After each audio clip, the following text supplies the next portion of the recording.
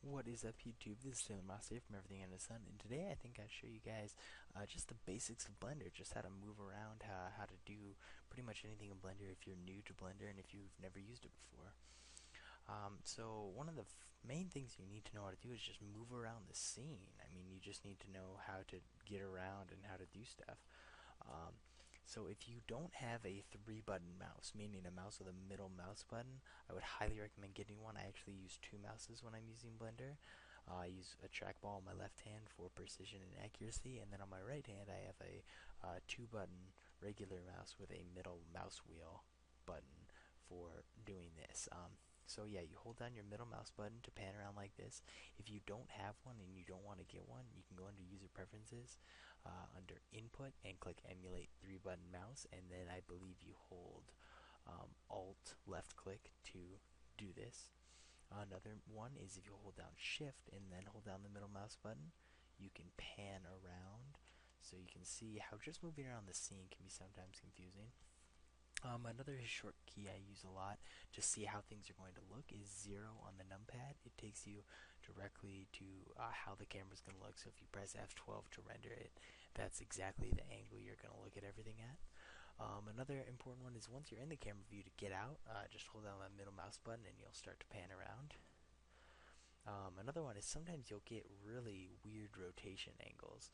So if your cursor is still in the center right over here, you can press Control and then period on the number pad key, and that relocks your rotation center around that. Another thing I do a lot is press spacebar and type stuff in. If you know exactly what you're doing, spacebar is great because you can just type spacebar, add, cube, and press enter, and there's nothing really hard about it. But if you don't really know what you're doing, and you don't really know what there is to offer, it can sometimes be confusing. So if you press Shift A, it'll bring up the Add menu.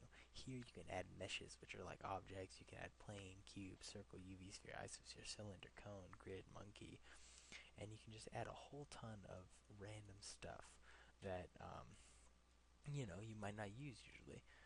Um, so that's how to do that. Also in here you can add curves, surfaces, text, armatures, that's for bones, empties, lattices, cameras, force fields, all kinds of awesome stuff.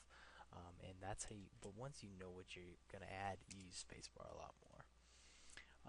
Another thing is rendering. A lot of people are just confused on how to render in general. That is under this far left tab. There's a render camera. Here, if you want to save something, this is the directory right here, and you pick where you want it on your computer. I usually just go to desktop, and you can render out just an image, and it'll save just an image, or you can render out the animation, and it'll render it out however you have it set up down here. There's tons of other different little things you can know. You can add more scenes by going up here. Um, this is how you switch to the Blender game engine. So if you press P, that's how you start the Blender game engine, and you can see how stuff will work in a uh, game type situation. S is for scale. I do that a lot in my videos. You just press S and scale up. R is for rotation, so you can rotate. And one of the coolest parts about Blender is, say you want to rotate on just this Z axis right here. You can just press R and then Z, and you'll just rotate on that one axis. And it's one of the most important things you do. You can even scale that way, so scale Z, and it will just scale on the Z axis, or SX, scales just the X axis. It's something really useful that you will definitely need to know. Another thing that's really important is switching between orthographic and perspective view. When you're just flying around here, it's called perspective view because it's just like you're looking at stuff in 3D space. But if you press 1 on your numpad, you're kind of at this weird angle, kind of like you were just laying on the ground. But if you press 5, you'll switch to orthographic view, and that is perfectly straight angles. So 1 would be perfectly aiming at the front. 7 is perfectly looking straight down, and 3 is perfectly looking from the right. You can press Control while you press these buttons to go to the opposite side. So this is the left, or if you press Control 1, you'll go to the back, or Control 7, you'll go to the bottom. So that's how you flip around on all those. Um, Another thing that's really useful when you're actually modeling in Blender, instead of doing all the other crazy stuff I show you guys how to do, is edit mode. So if you press tab, you'll go into edit mode. And in edit mode, you can select individual vertices of an object. So you could just select, one little vertice here or one little vertice there and actually edit the mesh the way you want it. Or say you want to make something different, you can hold shift and right click um, on a bunch of stuff. Let me grab all these vertices. Alright, and you can press E, which is extrude, and then GZ, and so you can just kind of, E is the extrude button. You do use it a lot if you're actually modeling, and yeah, that's basically a lot of the cool things you can do in Blender. Another thing that's sometimes annoying, and that if you don't know can be extra aggravating, is delete. Just hitting delete. Um, Lighting is another thing that's very important.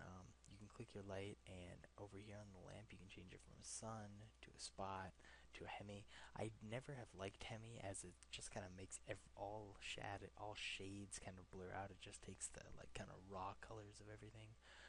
Spot's pretty nice, but you do have to adjust that right to get it to look good. I usually use sun for most of my projects, and the hotkey to render is going to be F12, but I don't have a camera, so I'm going to have to add a camera.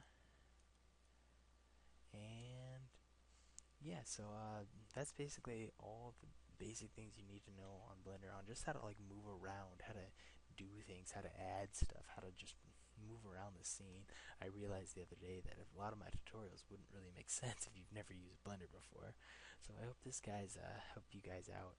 If you guys have any questions for future videos, just let us know.